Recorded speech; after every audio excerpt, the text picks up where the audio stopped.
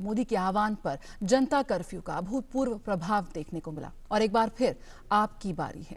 हम प्रधानमंत्री की अपील को बेहद गंभीरता से लेते हुए इसका कड़ाई से पालन करेंगे।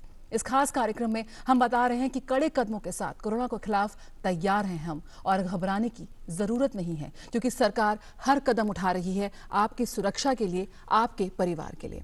मैं हूं जया सिन्हा, तो आइए देखते हैं हमारा ये विशेष कार्यक्रम कोरोना पर नजर। चैत्र नवरात्र की आज से शुरुआत हो चुकी है। नवरात्र के पहले दिन चैत्र प्रतिपदा पर मां शैलपुत्री की विधिवत पूजा की जाती है। प्रधानमंत्री नरेंद्र मोदी डॉक्टरों और लोगों की सेवा में जुटे अन्य लोगों को अपनी नवरात्र की आराधना समर्पित कर रहे हैं। पीएम ने ट्वीट कर कहा कि वर्षों से मैं मां की आराधना करता आ रहा हूं और इस बार की साधना मैं मानवता की उपासना करने वाले सभी नर्स, डॉक्टर, मेडिकल स्टाफ, पुलिसकर्मी और मीडिया कर्मी जो कोरोना के खिलाफ लड़ाई में जुटे हैं, उनके उत्तम स्वास्थ्य, सुरक्षा एवं सिद्धि को समर्पित करता हूं।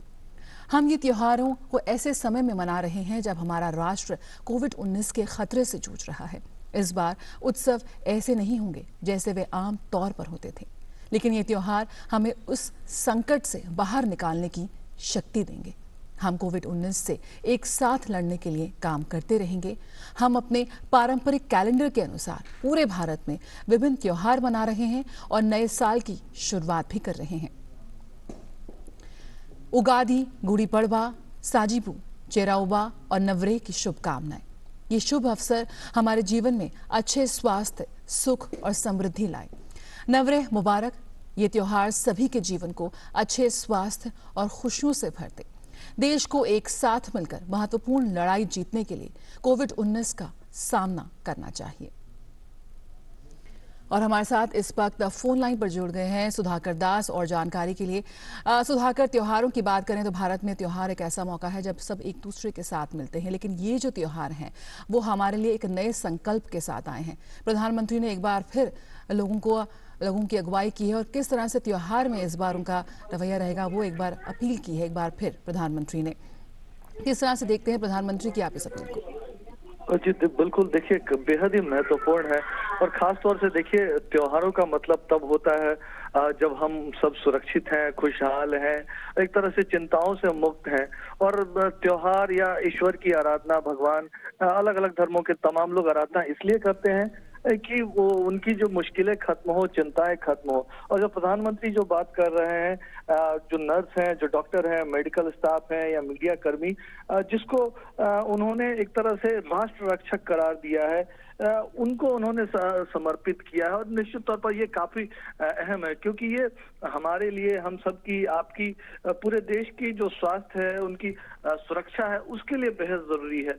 और इस लिहाज से उन्होंने जो अपना त्योहार है, आज से नवरात्रि, हमको पता है कि प्रधानमंत्री नवरात्रों में व्रत भी रखते हैं, चाहे ये हो या फिर जो अगला नवरात्रा होगा, 2 बार नवरात्रे होते हैं। लेकिन बावजूद उसके इन तमाम चीजों को एक तरह से उन्होंने इन देशवासियों को, इन राष्ट्र रक्षकों को समर्पित किया है, जो हमारी, आपकी, सबके सेहत की सुरक्षा में लगे हैं, देश को एक तरह से हेल्थ सिक्योरिटी दिलाने में लगे हैं। जो इस कोरोना की वैश्विक महामारी से पूरी दुनिया जूझ रही है, हमने देखा कि कई मुल्क एक तरह से जो विकसित माने जाने वाले मुल्क भी हैं, पूरी तरह से इसकी वजह से प्रभावित हुए हैं।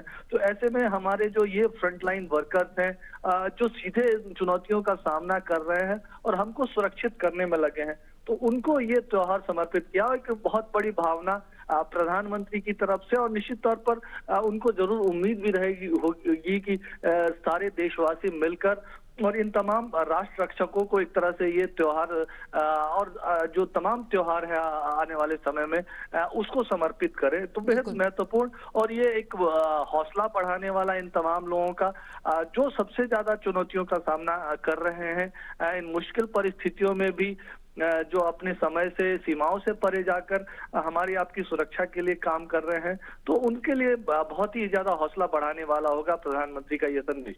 बिल्कुल सुधाकर, जिस तरह से हमने देखा कि होली मिलन समारोह के समय भी प्रधानमंत्री ने खुद राह दिखाते हुए कहा कि मैं होली मिलन में शिरकत नहीं करूंगा, और इस बार यहाँ नवरात्र में भी प्रधानमंत्री ने इस वक्त लोगों के सामने एक उदाहरण पेश किया कि और हम जानते हैं कि खुद प्रधानमंत्री उपवास रखते हैं 9 दिन का, और इस बार उन्होंने अपनी जो आराधना है वो इन तमाम कोरोना वॉरियर्स को समर्पित की है जो इस वक्त कोरोना के खिलाफ जंग में डटे हुए हैं। बहुत बहुत शुक्रिया सुधाकर इससे यहाँ पर हमसे जुड़ने के लिए। और यहाँ पर हम जिस तरह से प्रधानमंत्री ने वो जो ट्विटर संदेश दिया है वो हम आपको एक बार दिखाना चाहेंगे। प्रधानमंत्री नरेंद्र मोदी ने कोविड-19 के खतरे से निपटने के लिए पूरे देश में 21 दिनों के संपूर्ण लॉकडाउन की घोषणा की है। देश के नाम अपने संबोधन में उन्होंने कहा कि कोरोना से मुकाबले के लिए एकमात्र विकल्प सामाजिक दूरियां ही हैं। उन्होंने कहा कि एक दूसरे से दूर रहना और अपने घरों में ही बंद रहने से इससे बचा जा सकता है। प्रधानमंत्री ने कहा कि 21 दिनों के संपूर्ण लॉकडाउन के दौरान लोगों को रोजमर्रा की जिंदगी में परेशानी ना हो, इसके लिए निरंतर कोशिश की जाएगी, सभी आवश्यक वस्तुओं की पूर्ति की जाएगी। केंद्र और देश भर की राज्य सरकारें तेजी से काम कर रही है।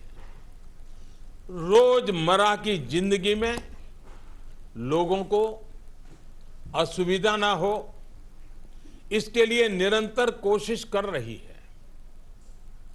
सभी आवश्यक वस्तुओं की सप्लाई बनी रहे, इसके लिए सभी उपाय किए गए हैं और आगे भी किए जाएंगे।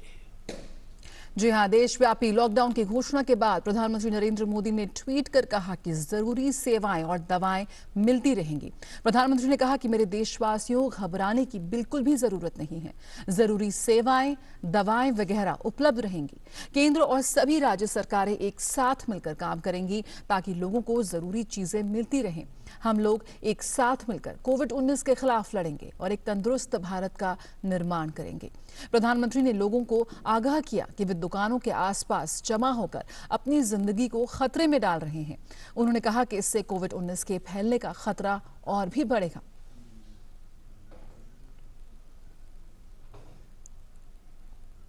पीएम मोदी ने अपने संबोधन के दौरान एक पोस्टर दिखाया। उन्होंने कहा कि सोशल मीडिया पर कई ऐसे पोस्टर वायरल हो रहे हैं जो लोगों को जागरूक करने का काम कर रहे हैं। उन्होंने ऐसे ही एक पोस्टर को दिखाया जिस पर कोरोना के दौरान घर से बाहर ना निकलने का संदेश दिया गया था।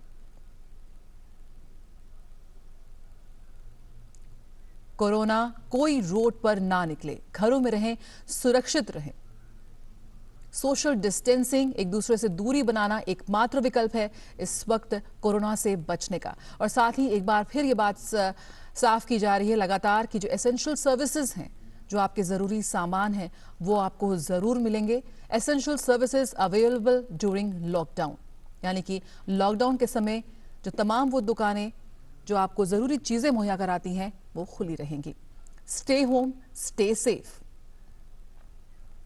गृह मंत्रालय ने सभी राज्यों और केंद्र शासित प्रदेशों को निर्देश दिया है कि वे 24 घंटे यानी कि 24/7 नियंत्रण रूम बनाएं ताकि सामानों, सेवाओं के प्रदाताओं को किसी तरह की समस्या का सामना करना पड़े तो वे अपनी शिकायत दर्ज करवा सकें। साथ ही कहा कि उनकी शिकायत का जल्द से जल्द समाधान करना जरूरी है। साथ ही सभी राज्यों को हेल्पलाइन नंबर जारी करने का भी निर्देश दिया गया है। इसके लिए मंत्रालय की तरफ से राज्यों के लिए एडवाइजरी भी जारी की गई है। और केंद्रीय गृह मंत्रालय ने लॉकडाउन को लेकर गाइडलाइन जारी की है। इसके मुताबिक क्या वो संस्थान हैं जो बंद रहेंगे, आपको बता दें। केंद्र, राज्य सरकार के दफ्तर, प्राइवेट दफ्तर, दुकानें और व्यावसायिक प्रतिष्ठान, फैक्ट्री, कारखाने, रेल सेवा, बस परिवहन, हवाई सेवा, ऑटो, कैब सर्विस, सभी तरह के शैक्षणिक संस्थान और धार्मिक स्थल बंद रहेंगे। आपको बता दें कि खुले क्या रहेंगे। खुलने की बात करें तो अस्पताल, क्लिनिक, दवा की दुकानें, बैंक, इंश्योरेंस, दफ्तर, ATM, petrol pump, CNG station, LPG, gas centre, ration की दुकानें, दूध सब्जी की जुड़ी दुकानें, बिजली, जल विभाग, नगर निगम, नगर पालिका, प्रिंट और electronic media, private security services, cold storage और गोदाम, जानवरों के चारे की दुकान। लॉकडाउन के दौरान ये सभी दुकानें खुली रहेंगी। हम बात करें कि लॉकडाउन के दौरान क्या चलेगा, आपको सड़कों पे क्या नजर आएगा, तो आपको नजर आएंगे सिर्फ जरूरी सामानों का ट्रांसपोर्ट, एम्बुलेंस, मेडिकल स्टाफ का ट्रांसपोर्ट, एटीएम और कैश का ट्रांसपोर्ट, दूध, फल, सब्जी से जुड़े ट्रांसपोर्ट। लॉकडाउन के दौरान ये तमाम चीजें चलेंगी। लेकिन लॉकडाउन के दौरान क्या नहीं चलेगा? पैसेंजर, लोकल ट्रेन, बस, airlines, auto, taxi, cab, car, bike यानी कि इस तरह की कोई भी यातायात के सामान आपको नहीं मिलेंगे, यातायात के साधन। साथ ही साथ अगर किसी का देहांत हुआ है तो उसकी अंतिम यात्रा में भी 20 से ज्यादा लोग शामिल नहीं हो सकते। अगर हम बात करें अब कोविड-19 से लड़ने के लिए देश भर में परीक्षण के लिए पर्याप्त प्रयोगशालाएं तैयार की गई हैं। देश भर में कोविड-19 के अब तक 512 सक्रिय मामले इस वक्त हैं। राहत की बात यह है कि अब तक उपचार के बाद करीब 40 वायरस रोगियों को अस्पताल से छुट्टी दे दी गई है।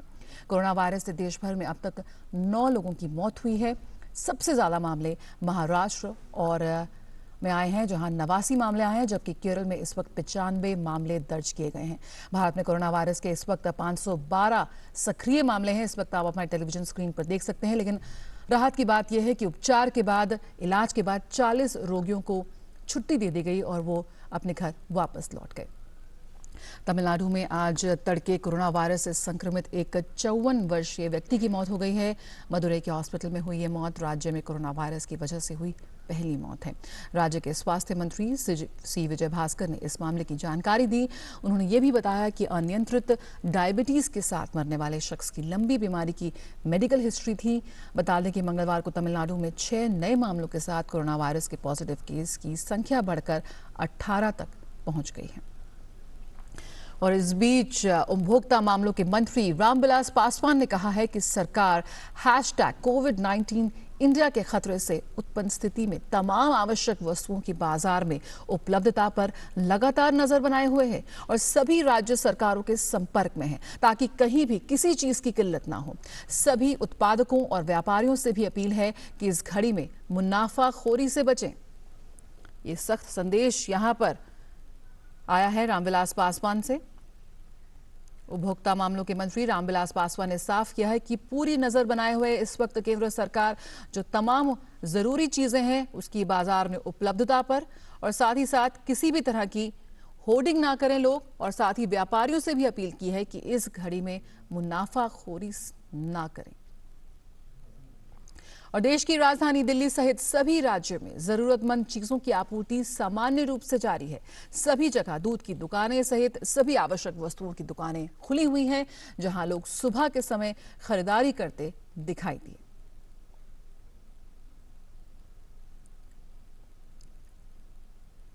दूध की आपूर्ति, सब्जी के ठेले, ये तमाम चीजें हैं जो इस वक्त खुली हुई हैं दुकानें। लेकिन ध्यान दें कि आप जब भी सामान लेने जाएं तो दूरी बनाए रखें, भीड़ ना करें इन दुकानों पर, सोशल डिस्टेंसिंग, एक दूसरे के बीच 1 मीटर का फासला रखना बेहद जरूरी है इस वक्त।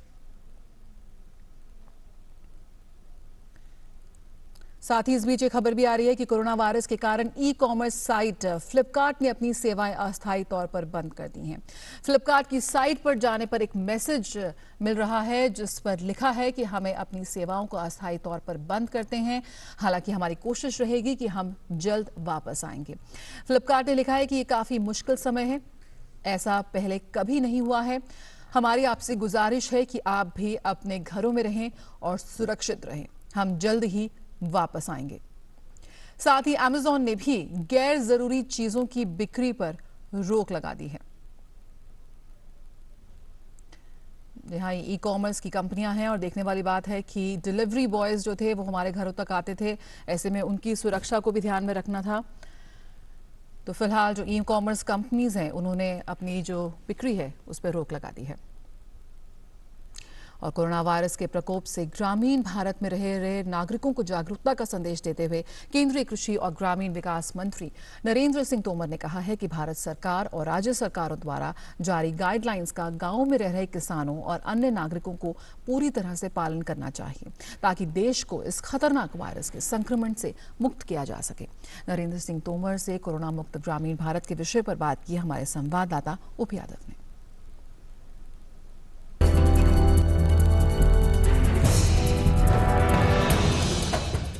चीन के वुहान शहर से शुरू हुए कोरोना कोविड वायरस 19 की दस्तक पूरी दुनिया में फैल चुकी है। इससे न केवल दुनिया परेशान है बल्कि भारत में भी इसका आतंक फैल चुका है। देश के शहरों से होते हुए गांवों में कोरोना कोविड की दस्तक होने से कई किसान और आमजन परेशान है। अभी हमारे साथ केंद्रीय कृषि और किसान कल्याण मंत्री और ग्रामीण विकास मंत्री नरेंद्र सिंह तोमर जी मौजूद है। आइए जानते माने मंत्री जी से किस तरह किसानों को और आमजन को जागरूक किया जा सकता है, कैसे वो सावधानी बरतें इस वायरस के अटैक से बचने के लिए। कोरोना वायरस का संकट विश्वव्यापी है, भारत भी इससे अप्रभावित नहीं है। ग्रामीण क्षेत्र में भी इसकी दस्तक हो रही है, इसलिए मैं ग्रामीण क्षेत्र में निवास करने वाले बंधु और किसान भाइयों को यह अनुरोध करना चाहता हूं कि केंद्र सरकार और राज्य सरकार प्रशासन के द्वारा जो जो निर्देश दिए जा रहे हैं उसका सबने शब्दशः पालन करना चाहिए। मैं आपके माध्यम से किसान भाइयों को कहना चाहता हूं कि इस वायरस से निपटने के लिए सैनिटाइज़र का बार बार उपयोग हमें करना चाहिए, साबुन से अच्छे से हाथ धोना चाहिए। किसान भाई या ग्रामीण हैं उनको हम दिखाना चाहेंगे किस तरह हाथ धोएं सैनिटाइजर से या साबुन से। सभी लोग सैनिटाइज़र का उपयोग करें और अच्छे से उपयोग करें, उंगलियों के बीच में भी इसका उपयोग करें, और जहां सैनिटाइज़र की उपलब्धता नहीं है वहां हम साबुन का उपयोग करें और अच्छे से हाथ धोएं, क्योंकि ये हाथ धोना और सैनिटाइज़र का उपयोग करना सिर्फ सफाई से संबंधित ही नहीं है, ये कोरोना वायरस से बचने का एक बड़ा साधन है। तो केंद्रीय कृषि एवं किसान कल्याण और ग्रामीण विकास मंत्री नरेंद्र सिंह तोमर, जिनका मानना कि देश में कोरोना कोविड वायरस की जो दस्तक है उससे निपटने के लिए न केवल सावधान और सतर्क होने की ज़रूरत है, बल्कि अन्य लोगों को इसके बारे में जागरूक करने की ज़रूरत है, ताकि समय रहते इसके प्रकोप से बचाया जा सके और जन धन की जो हानि है उसको रोका जा सके। मेरे सहयोगी कैमरामैन एसपी दुबे के साथ OP Yadav, DD news, Delhi.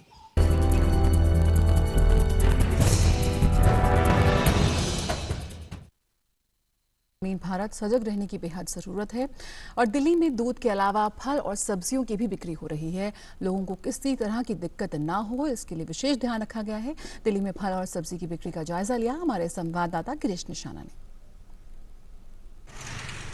देश की राजधानी दिल्ली के अंदर दूध के अलावा सब्जी और फल भी बिकते नजर आ रहे हैं। आप यहां देख सकते हैं लोग फल और सब्जी की खरीदारी करते हुए नजर आ रहे हैं, क्योंकि ज़रूरत के जो सामान हैं वो मुहैया हो रहे हैं। कुछ लोग यहाँ पर मौजूद हैं, बात करते हैं। सर, क्या कहना चाहेंगे, फल और सब्जी की किस तरह की दुकानें खुली हुई हैं? हालांकि दिल्ली के अंदर लॉकडाउन है। दिल्ली का लॉकडाउन है, लेकिन लॉकडाउन में इतनी फैसिलिटी हमें मिल रही है कि फल फ्रूट सब्जी बच्चों के लिए दूध ये सब मिल रहा है। लेकिन हमारा लोगों से आगे है कि लॉकडाउन में घर से ना निकलें, पीएम साहब के ऑर्डर का पालन करें, अपने घर में रहें, सेफ रहें। देश भर में लॉकडाउन आरंभ हो चुका है। देश की राजधानी दिल्ली में पहले से लॉकडाउन आरंभ है। ऐसे में लोग अपनी ज़रूरत के सामान को खरीद सकें, इसके लिए सुबह आप देख सकते हैं मेरे पीछे यहाँ पर मदर डेयरी पर लोग दूध लेने के लिए आए हुए हैं। सुबह से ही यहाँ पर भीड़ तो नहीं कह सकते, क्योंकि यहाँ पर लोग काफ़ी दूरी पर खड़े हुए हैं। आप देख सकते हैं किस तरह से करीब 1 मीटर की दूरी पर लोगों ने अपनी दूरी बनाई हुई है, क्योंकि जिस तरह का ये संक्रमण है, वायरस से बचने के लिए कहीं ना कहीं लोगों ने एहतियात बरती हुई है। लेकिन लोगों को असुविधा ना हो इसके लिए मदर डेयरी और तमाम दूध सब्जी की तमाम दुकानें खुली हुई हैं और लोग अपने ज़रूरत के सामान को खरीदते हुए भी नज़र आ रहे हैं। गिरीश निशाना, डीडी न्यूज़, दिल्ली। तो कोरोना के खिलाफ लड़ाई में पूरी तरह से समर्थन यहाँ पर मिलता नजर आ रहा है। और सब इस वक्त हमारे साथ जुड़ रहे हैं दिल्ली से हमारे संवाददाता तपस भट्टाचार्य। तपस से जानना चाहेंगे कि तपस, आप किस तरह की तस्वीरें इस वक्त देख रहे हैं? लगातार जो प्रधानमंत्री की अपील है कि लोग अपने घरों में रहें, क्या है सुबह का इस वक्त नजारा? मैं आपको जरा एक चीज बताना चाहूंगा कि इस वक्त छोटे छोटे ग्रुप्स बना दिए गए हैं। सिविल डिफेंस ग्रुप जो है बना दी गई है और उनका काम है कि लोगों को जो बाहर से अगर निकल रहे हैं तो उनको मना करे, उनको जागरूक करे। यहाँ पे एक मैम है, आप ये देख सकते हैं, ये हैं, इनके हाथ में एक एक बोतल है, ये बोतल सैनिटाइजर का है। लोग आ रहे हैं तो उनको बता रहे हैं कि कैसे यहाँ अपने आप को सैनिटाइज करके रखे। और ठीक वैसे ही यहाँ पे हमारे साथ है एक ये सिविल डिफेंस के एक और जो जिनके पास एक ये पैम्पलेट है, जिस पैम्पलेट से ये एग्जैक्टली लोगों को समझाते हैं कि कैसे क्या क्या चीजें इस वक्त आपको करनी चाहिए और नहीं करनी चाहिए। और ये जो सिविल डिफेंस ग्रुप है, ये जो मैं भी इस वक्त ईस्ट दिल्ली में हूँ, तो यहाँ के जो एसडीएम डीएम ऑफिस से इनको चुना गया है, उनको इनकी जिम्मेदारी बताई गई है कि इनको जो लोग आए उनको बताएं कि क्या क्या इनको नहीं करना है या फिर क्या क्या करना है। ये लोगों को रोक भी रहे हैं कि आगे लोग ना जाए, जो एकदम एसेंशियल है उन्हीं को जाए। और दूसरी जो इंपॉर्टेंट चीज है मैं आपको बताना चाह रहा हूँ, जो एक कंफ्यूजन था, रात में लोग कह रहे थे कि शायद दुकानें बंद हो, लेकिन ऐसा नहीं है। मैं आपको दिखाना चाहूंगा, यहाँ पे दुकानें खुली हैं, जो एसेंशियल आइटम्स की जो मैं बात कर रहा हूँ कि वो दुकानें खुली है। और यहाँ पे केमिस्ट शॉप भी है, वो भी खोल के रखा गया है। तो यहाँ पे ऐसा नहीं है कि आपके पास सामान की कमी है, आपको बस होर्डिंग नहीं करनी है, पैनिक नहीं होना है, घर पे रहना है।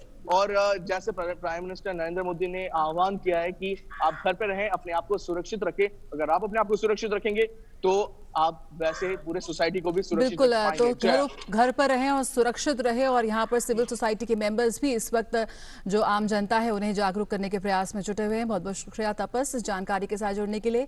और दिल्ली के बाद यहाँ पर रुक करेंगे हम मुंबई का रुख करेंगे, जहां पर हमारी संवाददाता श्यामा भी मौजूद है। जिस तरह से हम देख रहे थे कि मुंबई से कई केसेस सामने आए, लेकिन इसी वजह से काफ़ी सख्ती से ये बोला गया है कि जो लॉकडाउन है उसका पालन किया जाए। प्रधानमंत्री का आह्वान पे हमने देखा कि बहुत ही अद्भुत और अभूतपूर्व रिस्पांस मिला जनता कर्फ्यू का। और यही वानगी हमें देखने को मिलेगी जब लॉकडाउन में, क्योंकि 21 दिन का लॉकडाउन इस वक्त दिया गया है पूरे देश भर में। और हम जगह जगह से आपको तस्वीरें दिखा रहे हैं जहाँ पर ये साफ तौर पर नज़र आ रहा है कि जो ज़रूरत की चीज़ों की जो दुकानें हैं वो खुली हुई हैं। आप दूध चाहते हैं, फल सब्जी चाहते हैं, आपको आसानी से मिल जाएगी क्योंकि दुकानें खुली हैं। आपको होर्डिंग करने की ज़रूरत नहीं है, ज़रूरत से ज़्यादा सामान खरीदने की ज़रूरत नहीं है। और यही बात उन तमाम जो विक्रेता हैं उन पर भी ये बात लागू होती है कि आपको मुनाफाखोरी नहीं करनी है, अपने दाम नहीं बढ़ाने हैं। हमारे साथ इस वक्त श्यामा जुड़ गई हैं मुंबई से। श्यामा, आपसे जानना चाहेंगे क्या कुछ कह रही हैं सुबह की तस्वीरें वहाँ पर?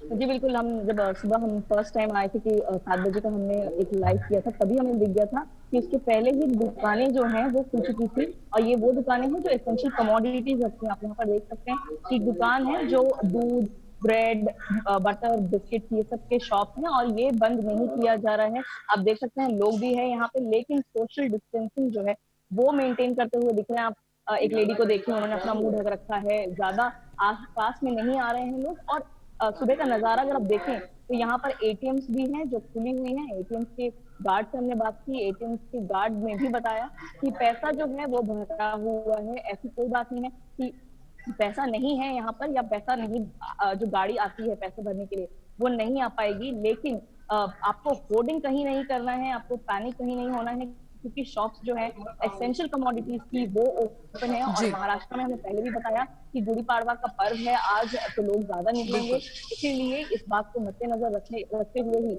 बताया गया था कि सारे ही जो ऑफिशियल्स कह लीजिए या एक तरीके से गवर्नमेंट की ओर से आदेश कहा गया था, इंस्ट्रक्शन आया था कि आप घरों में रह के गुड़ी पाड़वा मनाएं, बाहर ना आए।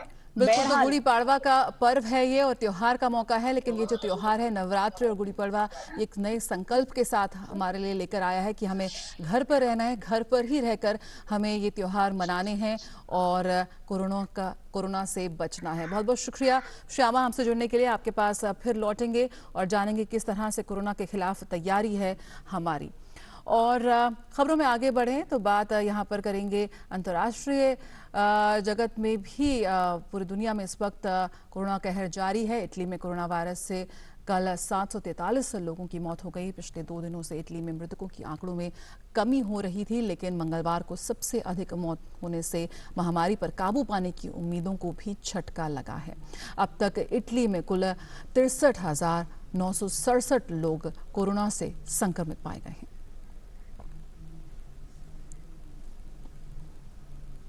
बात करें फ्रांस की, तो फ्रांस में कोविड-19 के बढ़ते मामलों के बीच और 240 लोगों की मौत हो गई है, जिससे देश में कोविड-19 से मरने वालों की संख्या बढ़कर 100 यानी कि 1100 हो गई हैं।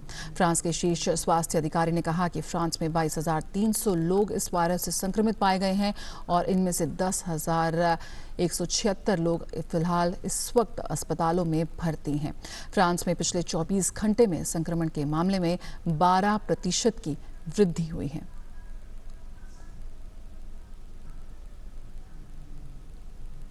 बात करें अमेरिका की तो वहां भी कोरोना संक्रमण से हालात लगातार बिगड़ते जा रहे हैं। 600 लोगों की जान जा चुकी है जबकि 50,000 से ज्यादा मामलों की पुष्टि हुई है। राष्ट्रपति डोनाल्ड ट्रंप ने कोरोना वायरस की वजह से देश में लागू बंदी में ढील देने के फैसले का बचाव किया है। साथ ही उन्होंने चेतावनी दी कि बंदी के कदम से देश बर्बाद हो सकता है। बात करें ईरान की तो ईरान में कोरोना वायरस से 122 और लोगों की मौत हो गई है, जिसके बाद देश में इस महामारी से जान गंवाने वालों की संख्या बढ़कर 1934 हो गई है। स्वास्थ्य मंत्रालय के प्रवक्ता कियानुश जहानपुर ने कहा कि ईरान में 24 घंटे में कोरोना वायरस के रिकॉर्ड 1762 नए मामले सामने आए हैं, जिसके साथ ही संक्रमितों की संख्या बढ़कर 24,811 हो गई है।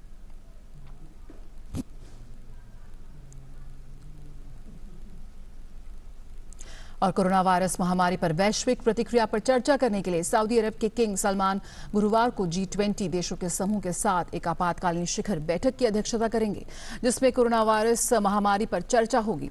किंग सलमान बैठक में कोविड-19 महामारी और इसके मानवीय और आर्थिक प्रभावों के लिए एक समन्वित वैश्विक प्रतिक्रिया को आगे बढ़ाएंगे। G20 सदस्य स्पेन, जॉर्डन, सिंगापुर और स्विट्जरलैंड सहित अन्य प्रभावित देशों के नेता इस बैठक में शामिल होंगे। साथ ही संयुक्त राष्ट्र, विश्व बैंक, विश्व स्वास्थ्य संगठन और विश्व व्यापार संगठन जैसे अंतर्राष्ट्रीय संगठनों के नेता भी इसमें भाग लेंगे। और चीन के राष्ट्रपति शी जिनपिंग ने पोलैंड के वर्तमान राष्ट्रपति एंड्रेज डूडा से कोविड-19 महामारी के सिलसिले में फोन पर बातचीत करते हुए पोलैंड सरकार को इस वायरस के खिलाफ मजबूती से समर्थन करने की बात कही है।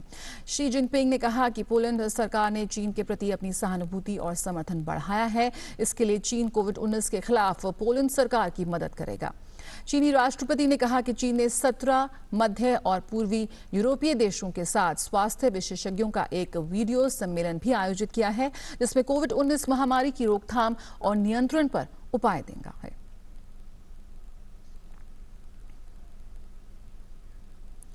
तो कोरोना के खिलाफ हमारी जंग जारी है। WHO के अनुसार भारत ने चेचक और पोलियो जैसी बीमारियों से लड़ने में भी दुनिया को राह दिखाई है और एक बार फिर भारत दुनिया के सामने एक उदाहरण पेश कर सकता है। तो कोरोना पर हमारी नजर बनी रहेगी और इसके खिलाफ हमारी जंग जारी रहेगी। DD न्यूज पर इस विशेष कार्यक्रम में फिलहाल इतना ही। हमसे जुड़े रहिए। नमस्कार।